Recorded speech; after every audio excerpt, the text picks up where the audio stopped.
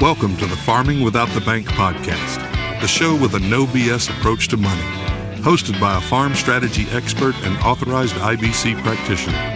Join us as we get real and expose the flaws of traditional financial institutions in order to help farmers take control of their finances, create peace of mind, grow their wealth, and leave a legacy. Now, here's your host, Mary Jo Irmen.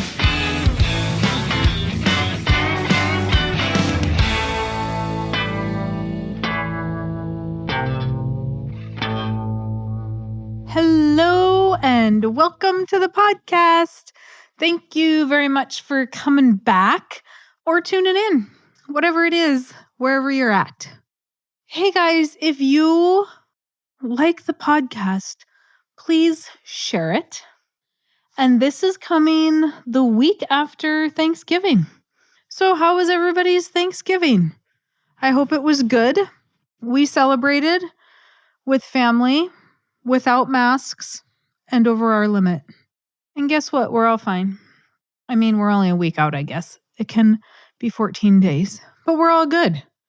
And I'm glad that we celebrated with family because I have a brother that lives in Utah and he was able to come home. So it was nice to be able to see him and my sister-in-law. And I don't know if they have to quarantine, I guess. We didn't even look at the rules. And we'll all be arrested. Just kidding. Our state isn't quite there yet. Anyway, I hope you all had a good Thanksgiving, a good holiday. And today we are going to talk about family. And some family is a little more difficult than others, right? But I have been getting a lot of calls about the difficult family members. And so I just wanted to do a podcast about it because I am sure if I have clients that are running into these situations, you guys most likely are also running into these situations. And the situation, we seem to have a common theme. We have a young individual, young meaning in our 20s, that reads the book, thinks it's a great idea, takes it to mom and dad. And mom and dad are negative Nellies. They have no idea what you're talking about and say, that's an awful idea.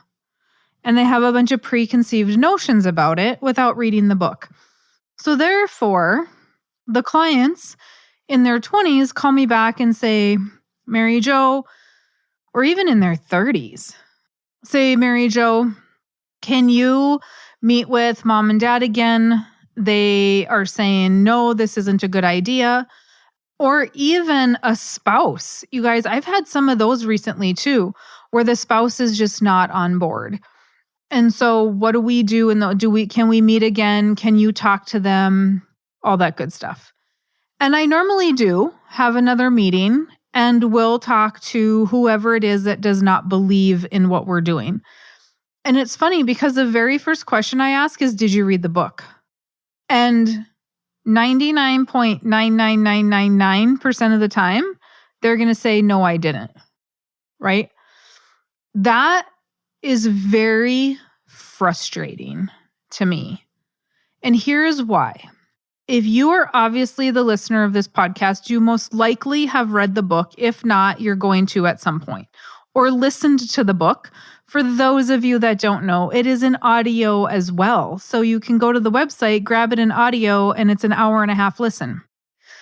So you've listened to the book, you've read the book, you've listened to the podcast, you understand what we're talking about, but all the noise around you is not reading the book, is not listening to the podcast, is not educating themselves, but yet they have an opinion about something.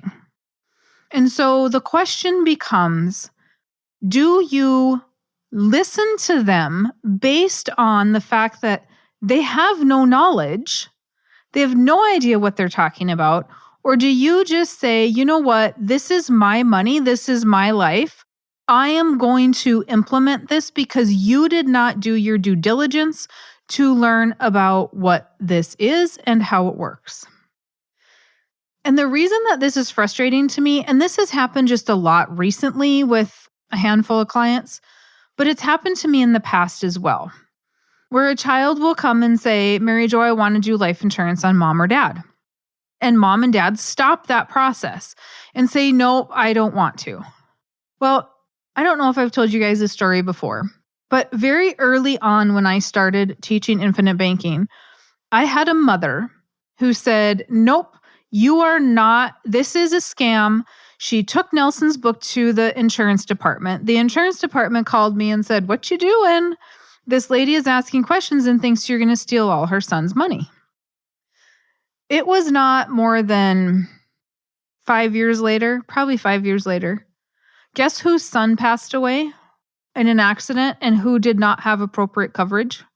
Her son. Guess who did not give money to her daughter-in-law to make sure that funeral expenses were taken care of, the house was paid off, vehicles were paid for? Guess who did not fork over money for what she stopped that could have paid as a death benefit? Mom. If your mom and dad, if you are trying to buy life insurance on your mom and dad, or you're trying to just buy life insurance on yourself, and you're trying to do the infinite banking concept, with the infinite banking concept comes death benefit. If your parents are stopping that one way, shape, or form, I have one question. Or if your spouse is stopping that, I have one question for the person that thinks that they know it all, that has not read the book. Are you going to fork over the money that the death benefit would have covered? Are they going to take care of your family? Are they going to take care of the kids? Are they going to make sure in the will that if you're the child taking over the farm, that you're going to have that money for operating? Are they going to provide you the same dollars that the life insurance death benefit would have provided so that we can continue to operate? We can continue to hold on to the farm. We can continue to live our daily lives. Is that something that they're going to provide? I talked to a wonderful lady the other day who lost a son in an accident. And she said, if it wasn't for I was thankful for the death benefit because I couldn't go back to work for a while. And I've said this before, you guys, that death benefit is there so that we have time to mourn. But if you're going to take somebody's advice who has not read the book, has not done the due diligence, has not talked to me, I ask a few things. How important is your finances to you? And whose money are you putting in the policy, theirs or yours? I have had a numerous amount of spouses who said, you know what? One of the spouses doesn't agree, right? Let's just say he doesn't agree, just for simple sake here. So the wife might come to me and say, well, I think that this is awesome, but my husband doesn't agree. I'm going to do it anyway. I'm going to stick the money in anyway.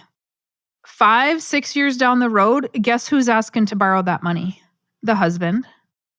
Because now he sees that it's working exactly how we said that it's going to work. She gets to use the money. She gets to pay it back exactly how we said.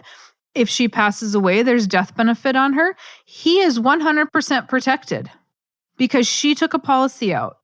Guess who's not protected? Her. Because he won't take a policy on himself. However, he now sees that it's working. Oh yeah, this is a good thing. So she had the guts to start the policy, and now you want to use the money? Some of my insureds say they won't lend it because he never agreed with it. He didn't want to be any part of it. He tried to stop it. He made it impossible, right? But that one client is going to move forward anyway.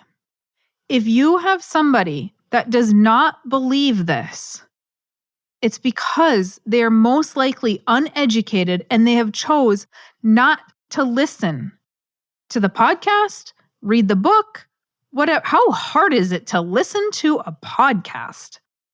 Seriously? Put your earbuds in. You listen in the morning while you're getting ready. Us women have a lot of time in the morning while we're getting ready. Most of you live a great distance away from wherever you go to Walmart or wherever you're working because you're rural. And so listen while you're there. Listen while you're in the tractor. Whatever. It's not that hard to listen to a book or listen to a podcast. But to give somebody advice or an opinion on something that you don't know anything about, it is really just an opinion, right? Because there is a difference between opinion and experience. Knowledge is the experience of doing it. An opinion is nothing. It's a thought process based on what? Not experience, because we can all have opinions, but they might not be worth anything. Knowledge is based on experience. I would rather have the knowledge. I would rather talk to the people that have knowledge in the area that I want. We don't go to the local Ace Hardware, to the garden section, and get advice on how to plant corn, thousands of acres of corn, or beets, or peas, or canola. We don't go to Petco to get advice on what to feed our cows. So why are you taking advice from somebody that doesn't know anything? And if you are taking that advice and not moving forward and making that appointment with us or taking that policy, how important is your future to you? More important that somebody that has no knowledge of anything is giving you advice? Really? Giving you an opinion? It's not even advice, it's an opinion. It's noise, people. It's absolute noise. But when we're in our 20s, we want mom and dad's approval. I get it. I was there. I asked my mom and dad approval on everything.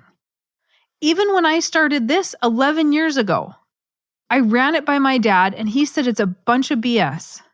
You can't do that. Did that stop me? Clearly not. He thought it was BS for a long time.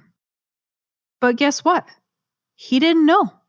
And I didn't listen because he didn't have any experience with it. None. That is huge. Huge, huge, huge. You need to think about how important your finances are to you and who's going to take care of the operating or your family once you're gone. Who's going to do that? Is it the very people that are telling you not to do it? I talked to some readers of the book a few weeks ago. They will most likely be taking over an operation. Part of that operation, it's a partnership between two people. One person in the partnership is going to be impossible to deal with. Not dad, but the other partner is going to be impossible to deal with. And so if dad passes first, it's going to be a nightmare. It's going to be a nightmare because it's not just dad in a partnership. And this goes for every single brother operation, cousin operation. If there's more than one person in a partnership, you now have a spouse. When one partner dies, you have a spouse and kids to contend with. And it's going to be an absolute nightmare when dad passes away. Regardless if dad passes first or not, it's going to be a nightmare. And dad is saying, no, don't buy a life insurance policy. This is stupid. It doesn't make sense. As far as I know at this point, dad hasn't read the book, mom hasn't read the book. And my question back to them is, so are mom and dad going to set everything up so there's no nightmare? Because guess what? Nothing is set up. Nothing is set up. However, you should not do this. This is the only thing that might actually save the child when dad passes and mom passes. This is going to give them a discounted dollar to take over operating and save the farm. But dad says, don't do it. It absolutely blows me away. It blows me away that people are not willing to educate themselves, and the people that are willing to educate themselves choose to listen to the people that aren't willing to educate themselves. That was a lot. I even had to think about that while I said it. I mean, really? I question everything. And I don't love to do research, even though I do a lot of research. I absolutely don't love it, and it gets exhausting. But I will not just accept any old answer. But when these people come back to a second meeting and I say, have you read the book? And they say no, guess what? I might not answer every question in that meeting. I very well may say, that's in the book. That's in the book. That was in the book. The whole purpose of the book is so that we don't have a 10-hour meeting. It takes a long time to teach people this process, to teach people this concept, to get them thinking correctly. And when I start pushing back on you and telling you that you're thinking wrong, now you're offended by that. If you would have read that in a book, you would not be offended. You would understand why I'm asking those questions. So don't get your panties in a bunch if you're meeting with me and I'm pushing back on you. I'm doing that because our thought process is so broken. If you have a preconceived notion of something, you better darn well figure out if that's the truth or if somebody like the talking heads, who I will not mention names on here because I don't want to give them any extra publicity, but the financial gurus are out there saying, nope, this isn't good. Nope, this isn't good. Really? Because are they talking about whole life? Are they talking about universal life, which I talk about in the book, is a joke. I'm talking about the very same things they don't like. And guess what? The people that don't believe in the concept would understand that if they read the book. And a lot of you, if they're pushing back on this stuff, you're going to have some of those answers. They're going to be in the book. Read it again. They're going to be in the podcast. Listen to them again. They're going to be in Nelson's book. Get it, or read it again. His is also on audio.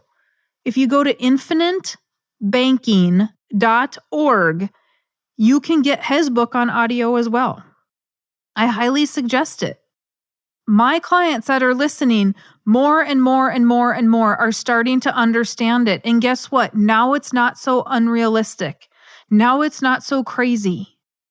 But my question is, at what point do you take responsibility for your finances or ask those that are telling you not to if they're going to take financial responsibility and leave you with the money to do what you need to do with or your family?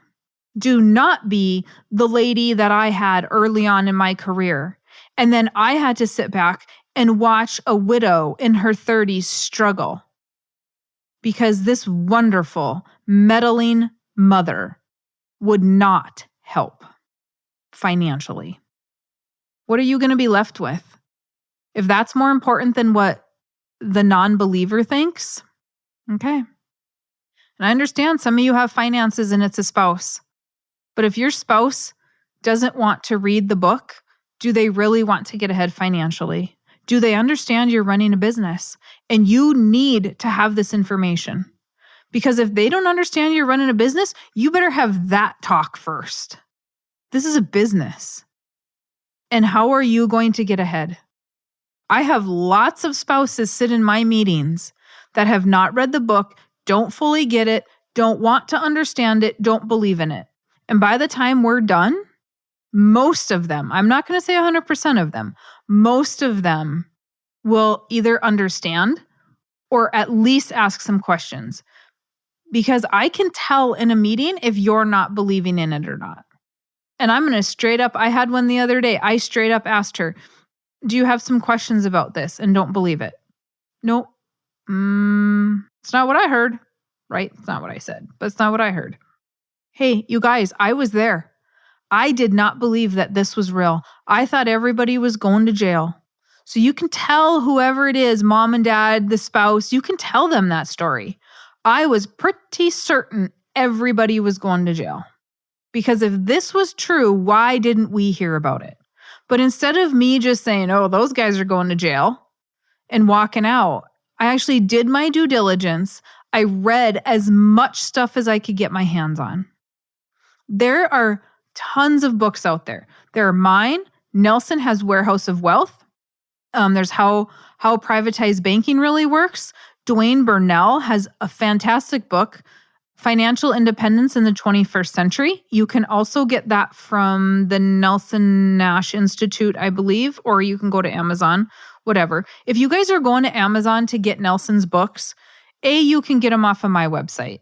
But if you go to Amazon to get Nelson's books, be sure that you are getting them from the Nelson Nash Institute because there is a duplicate of his book out there that is not correct. Somebody from China stole it, put it on Amazon, and it is not the correct book. There are things missing from it. So you're going to want to make sure that you are getting it directly from either myself or the Nelson Nash Institute. You might get free shipping on Amazon, but seriously, the Nelson Nash Institute is there and they sell books and they provide some service for us infinite banking practitioners and they provide some curriculum and some information. But please just support them directly and it's going to be a much better deal for everybody all the way around. However, read those things. Those are great things. And now there's a lot of podcasts, and I've talked about this before. There's a lot of podcasts out there with infinite banking, and there's some good, and I've heard there's quite a few bad ones, and that there's about a handful of us that are good. And so that's great. Get that information. I had to read stuff. Go onto your local insurance department's website. You can borrow cash value. It's right there. None of this stuff is hidden. It's just not shared. So if you do the due diligence and they still don't believe you, you then have to ask, how much does their opinion matter? Because it's truly an opinion and not knowledge. Don't sit back and take a back seat because somebody else is too scared to take a leap. You guys, it's crazy. It's absolutely crazy to me how people are so scared to do something because somebody that doesn't know anything about it is telling them that. Okay, that's all I got. You guys, that's it. I've lectured enough. It wasn't anything necessarily learning about IBC today, but I think that it was encouragement that needed to be had because as young people, we want to really look to our elders for those experiences. And some of them we just can't get there. Nelson did this for 54 years, 49 policies. You guys, I don't know how much more experience we need. He proved to us that this can work. I don't need any more experience than that. If it's done correctly, we got what we needed. All we need to do is implement it and get started. If you have questions, if you have concerns, let me know. It is maryjo@withoutthebank.com, and I would be happy to get back to you. If you have a podcast topic that you want to hear about, let me know. If it is a good topic, I will address it here. And hopefully we have some guests coming on in the near future. You know, it is not easy to get you guys to share your information. So as many clients as I have, it is not always easy. Not always easy. And then to make time. So maybe this winter I should corner everybody and get these interviews recorded. Okay, you guys have an absolutely fantastic rest of your day, and we'll catch you in the next podcast. Thanks for listening to the Farming Without the Bank podcast. We hope today's episode has inspired you to take control of your finances in new ways. Don't forget to check out our website, farmingwithoutthebank.com, and engage with us on our Facebook page, Farming Without the Bank. Join us next week as we smash more financial myths and empower you to accomplish your financial goals.